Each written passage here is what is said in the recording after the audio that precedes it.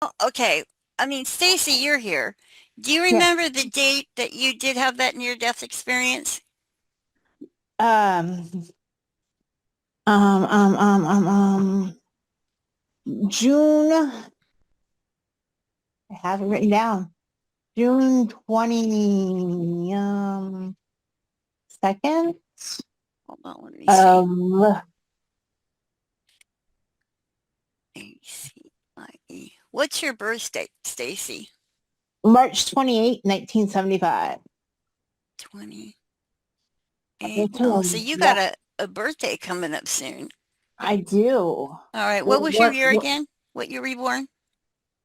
um, hold on. Jonathan, will you read me that? What year were you born again, Stacy? 75. 1975. Hold on And one what time were second. you born? 3:38 a.m. 3:30, No, 3:42 a.m. I'm sorry. 3:42 a.m. Uh-huh. Okay, and where at? Omaha, Nebraska.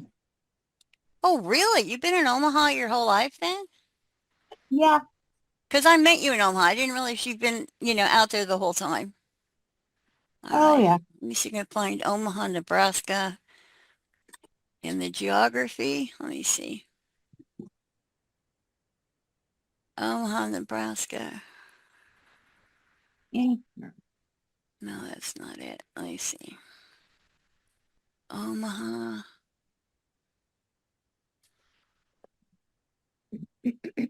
Omaha, Nebraska. There we go. All right. Do you remember the date now that that happened? June 22nd. June 22nd. And what year?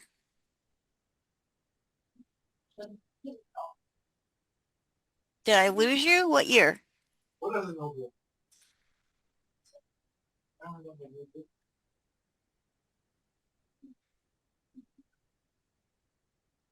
Mickey, we are recording, aren't we? Yes.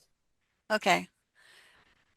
I wanted to just call up a few things. I figure if I'm stuck with the screen, we'll take a look at a few things on the screen. Yeah. Did I lose you, Stacy? No, I'm here. Okay, what year was it? What year did this happen to you? 2000, I'm sorry? 2000 something. Hold on. Okay.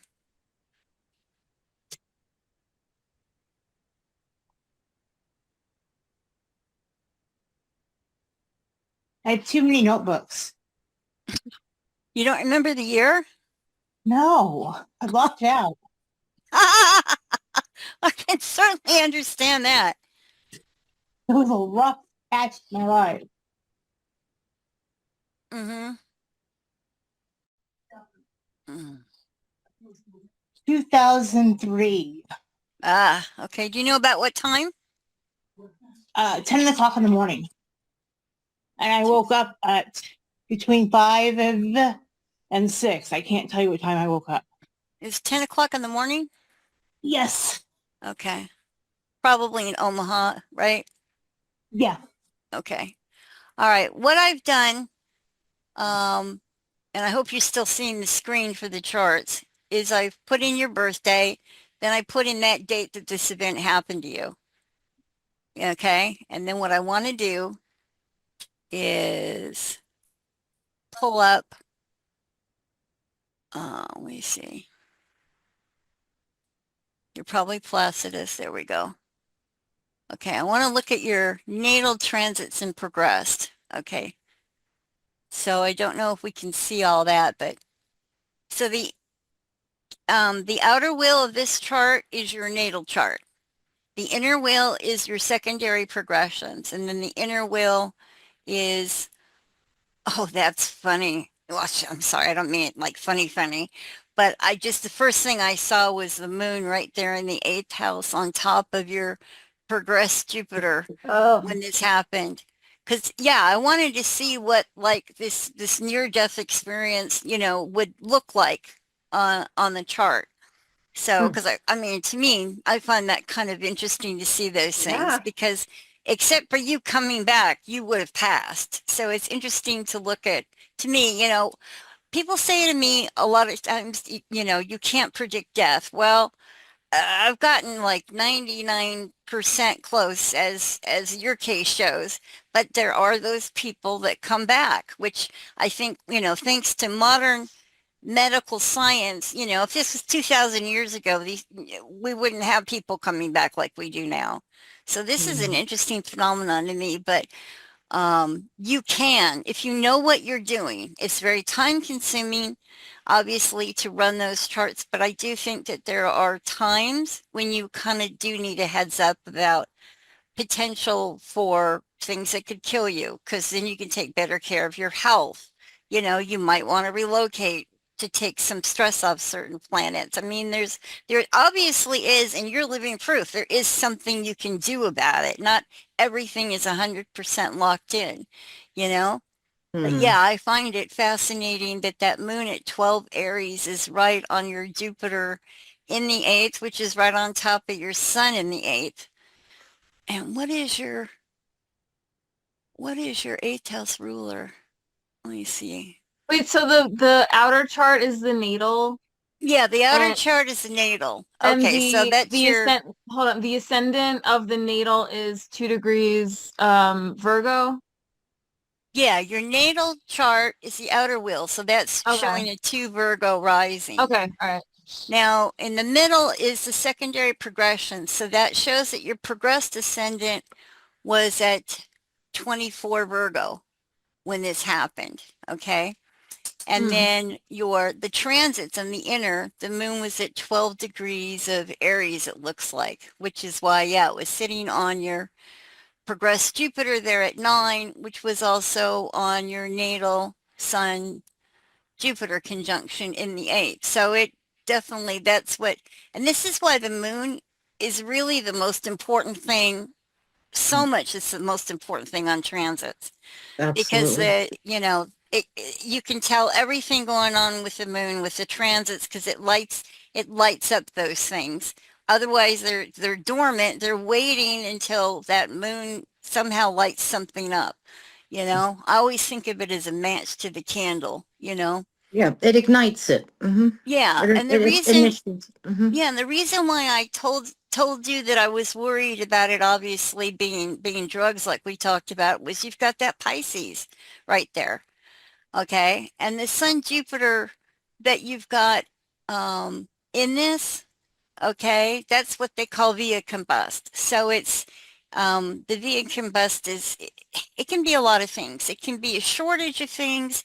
It can be a blind spot. It can be a weakness. I mean, via combust can be a lot of things, but it's essentially something very detrimental, you know? So whenever you have a planet that's via combust, you have to really pay attention to it natally or transit wise or all of the above. Well, in different instances, like for example, if it's in my, I, I have a via combust actually, um, because my sun is at 9 degrees of Leo and my Venus Uranus conjunction is at 20 Leo. So actually, my Venus Uranus is via combust my sun in the ninth. Okay, now natally via combust um, isn't so much a shortage of things, but it can be again a weak spot. Now, for me, my romantic relationships have been a weak spot for me, that Venus Uranus.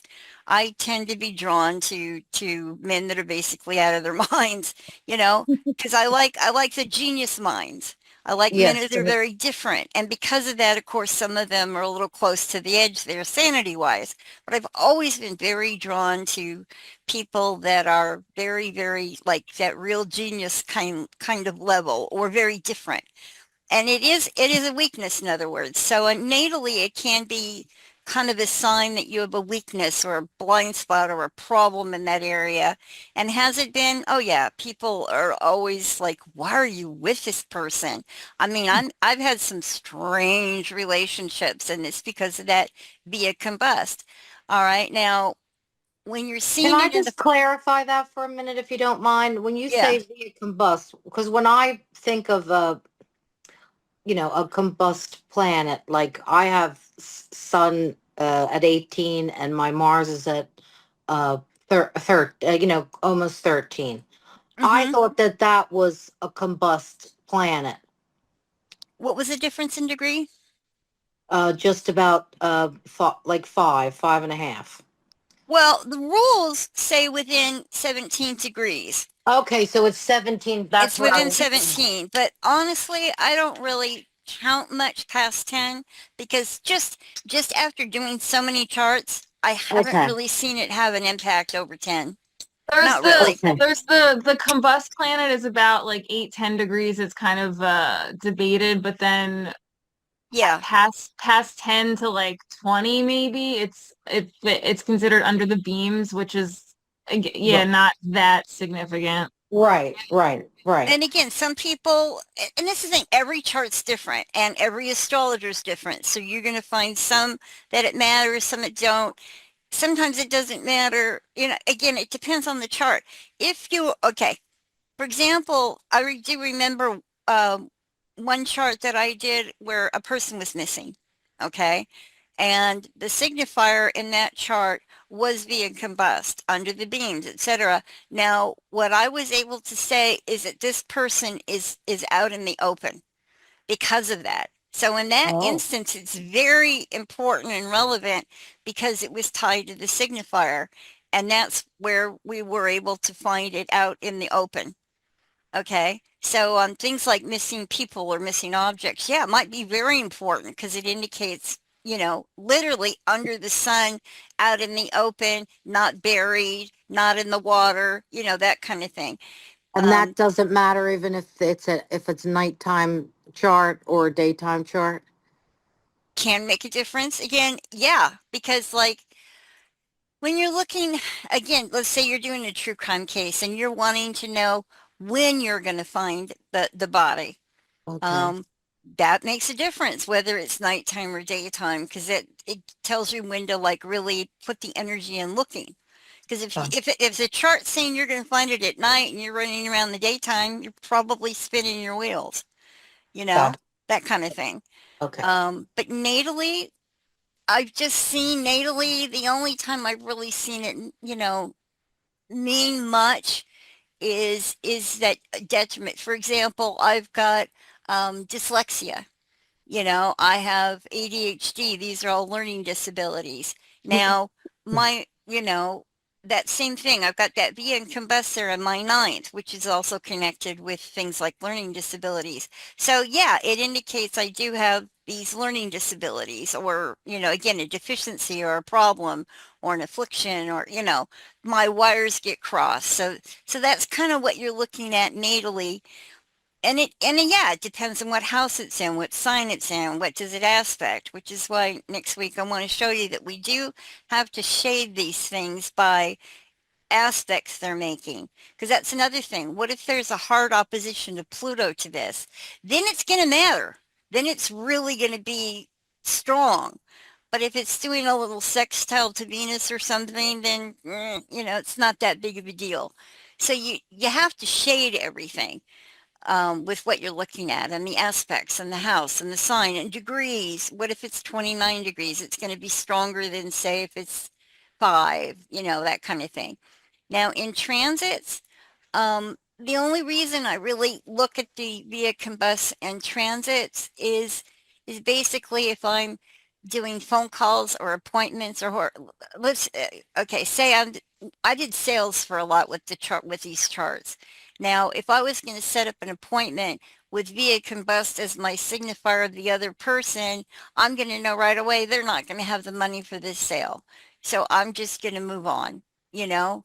Now, when I was testing, researching, I would, keep the appointment. I'd hear them say, I don't have the money or the funding for this. Okay. So that, that's where the transits tend to come up or mean something. It means that something's missing, something's not enough, something doesn't have enough. That tends to be what it comes up with the via combust. Or again, if you're looking for something, it tells you it's outside, you know? In the Mm. progressions, I haven't really seen it make much of a difference. Not really, you know, not So unless you're really, really, like, let's say you wanted to really hone in on, say, your child that you're going to have, well, that might be relevant. It might tell you there might be problems with the birth, you know? But Mhm. I don't put that much emphasis in via combust unless I think it's going to be something relevant like that, if that makes any sense, you know? But certainly, I mean, you guys are getting an idea when I looked at Stacy's chart why I warned her about this, you know? And of course, the Neptune could be problems, and I was warning.